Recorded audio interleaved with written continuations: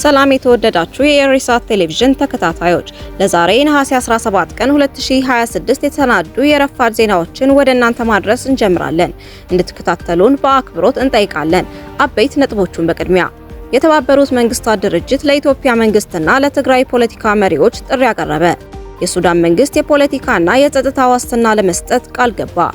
የግብፁ መንግስታዊ ጋዜጣ ለሱዳን ምንም መፍትሄ የለም ሲል ዘገበ። አሜሪካ ከደቡብ ኮሪያ ጋር የምታደርገውን ወታደራዊ ልምምድ እንደምትቀንሰው ተገለጸ። በእስራኤል የሚካሄደው ምርጫ አብላጫ ድምጽ ሊያስገኝ አይችልም ተባለ። ኤርትራዊ ጀርመናዊው አትሌት የአውሮፓ ማራቶን ሻምፒዮን ሆነ። ወደ ዝርዝር ዜናዎች እናልፋለን። አብራችሁን ቆዩ።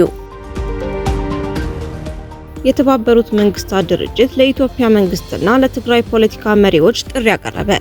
የኢትዮጵያ ፌዴራል መንግስትና የትግራይ ክልል የፖለቲካ መሪዎች የህዝቡን ድምጽ እንዲሰሙ፣ ሰዎችን እየጎዱ ያሉ ችግሮችን የጋራ መግባባት በመፍጠር ለመፍታት እንዲሞክሩ የተባበሩት መንግስታት ድርጅት ጥሪ ያቀረበ።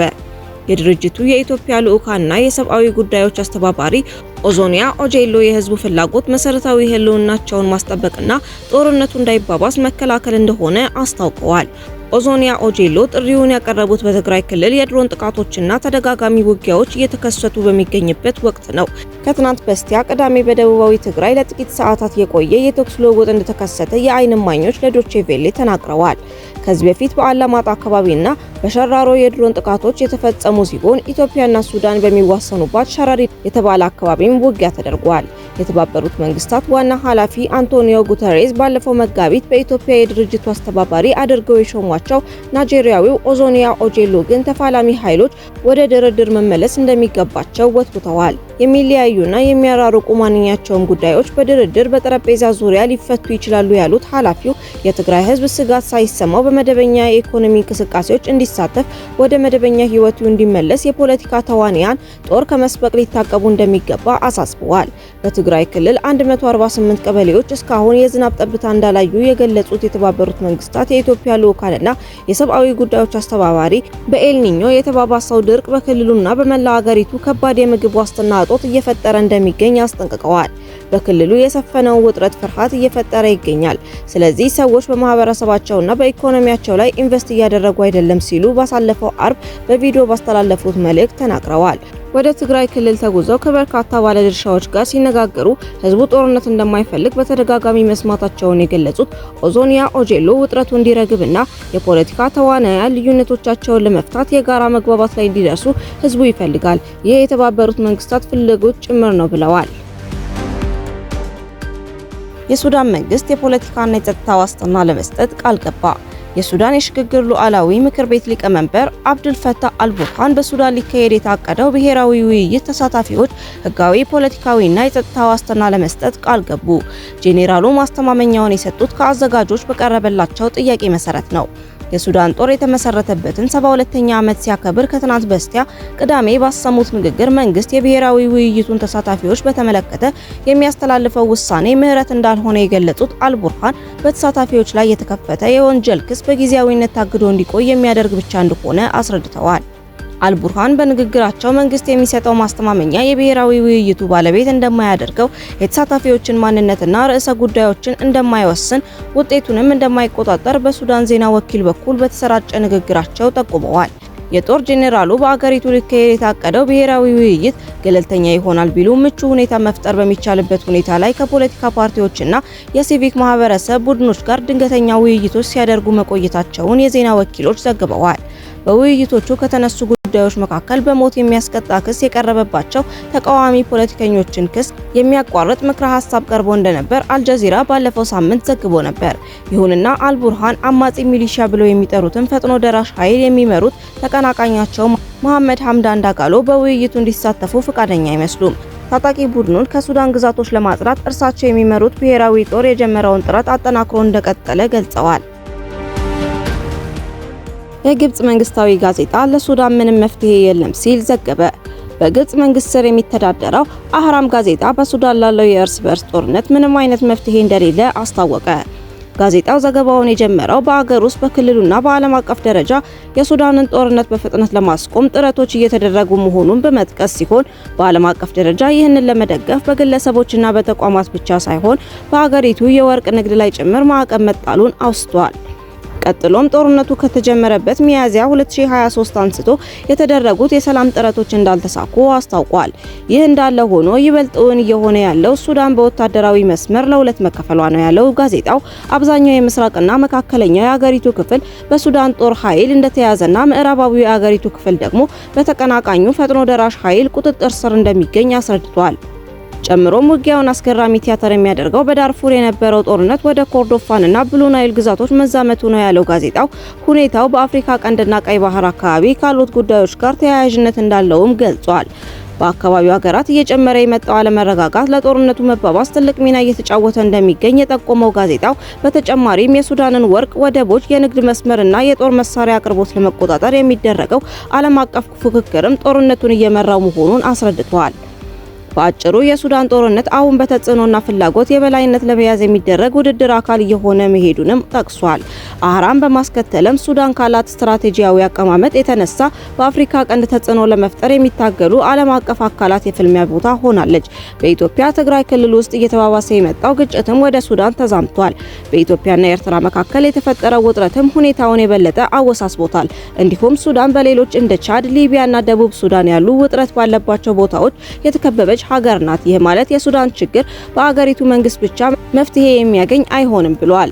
እንደ ዘገባው የሱዳንን ቀውስ ለመፍታት በሚደረገው ጥረት ሌላኛው ችግር የአደራዳሪዎቹ መብዛት ነው።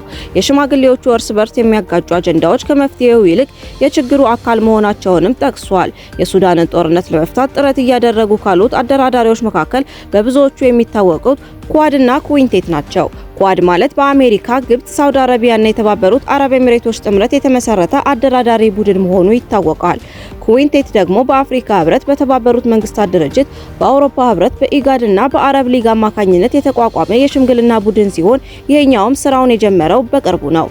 ሌሎች ጥረት የሚያደርጉ አደራዳሪዎች ያሉ ቢሆንም ቢያንስ የእነዚህ ሁለቱ ቡድኖች ፍላጎት እርስ በርስ የሚያጋጭ መሆኑን የጠቀሰው ጋዜጣው ይህ ደግሞ ፖለቲካዊ፣ ኢኮኖሚያዊ፣ ዲፕሎማሲያዊና ሰብአዊ ጫናዎችን ለማድረግ የሚያስችል የተቀናጀ ስትራቴጂ እንዳይኖር እንቅፋት መፍጠሩን ገልጿል። በመሆኑም የሱዳን ጦርነት ለማስቆም የሚያስችል መፍትሄ በአሁኑ ወቅት እንደሌለ ጋዜጣው በዚህ ዘለግ ባለው ዘገባው ላይ አስረግጦ አስታውቋል። አሜሪካ ከደቡብ ኮሪያ ጋር የምታደርገውን ወታደራዊ ልምምድ እንደምትቀንሰው ተገለጸ። ፕሬዝዳንት ዶናልድ ትራምፕ አሜሪካ ከደቡብ ኮሪያ ጋር በየዓመቱ የምታደርገውን የጋራ ወታደራዊ ልምምድ በከፍተኛ ሁኔታ እንዲቀንሱት የአገር መከላከያ ጸሐፊ ለሆኑት ፒት ሄግሴት ጥብቅ ትዕዛዝ አስተላልፈዋል።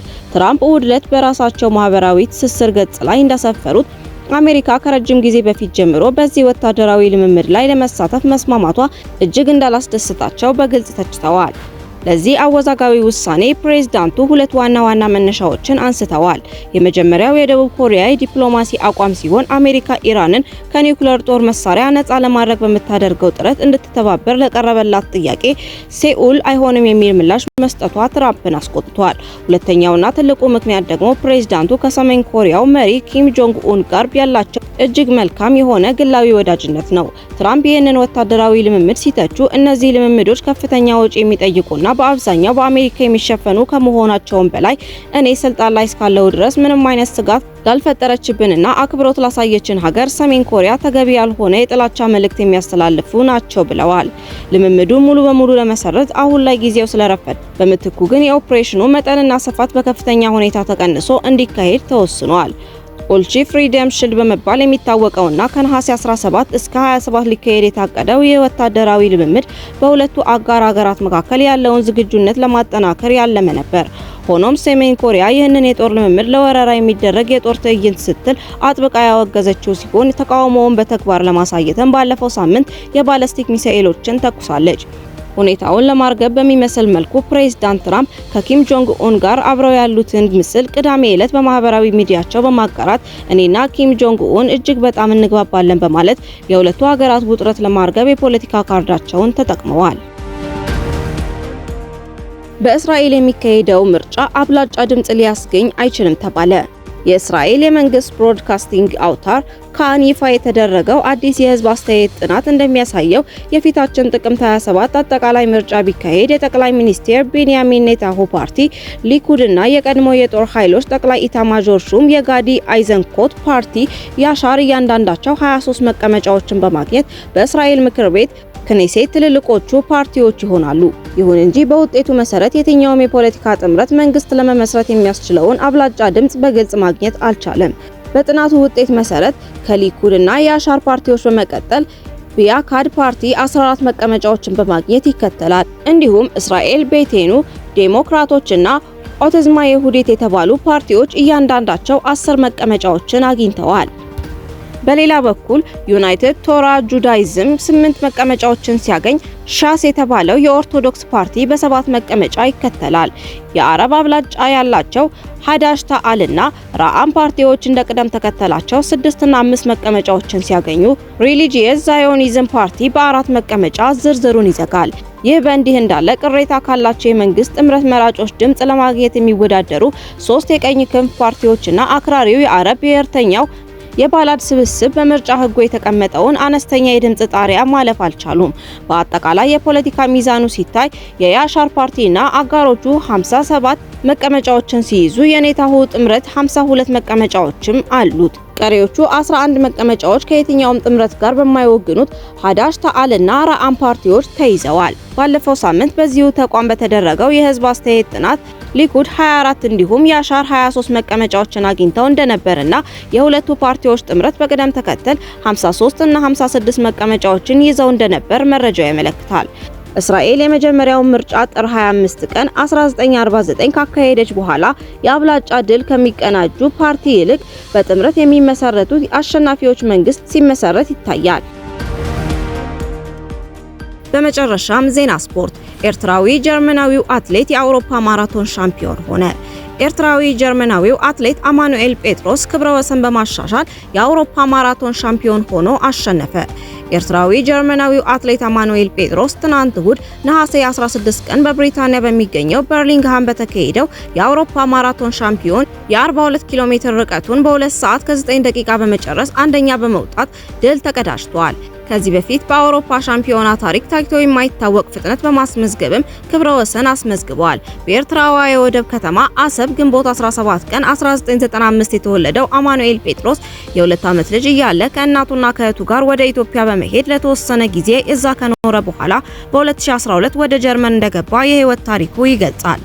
ውድ የሪሳት ቴሌቪዥን ተከታታዮች ለዛሬ የተሰናዱ የረፋድ ዜናዎቻችንን በዚሁ አበቃን። በቀጣይ በሌላ የዜና ጥንቅር እስከምንገናኝ መልካሙን ሁሉ ተመኘን። ሰላም።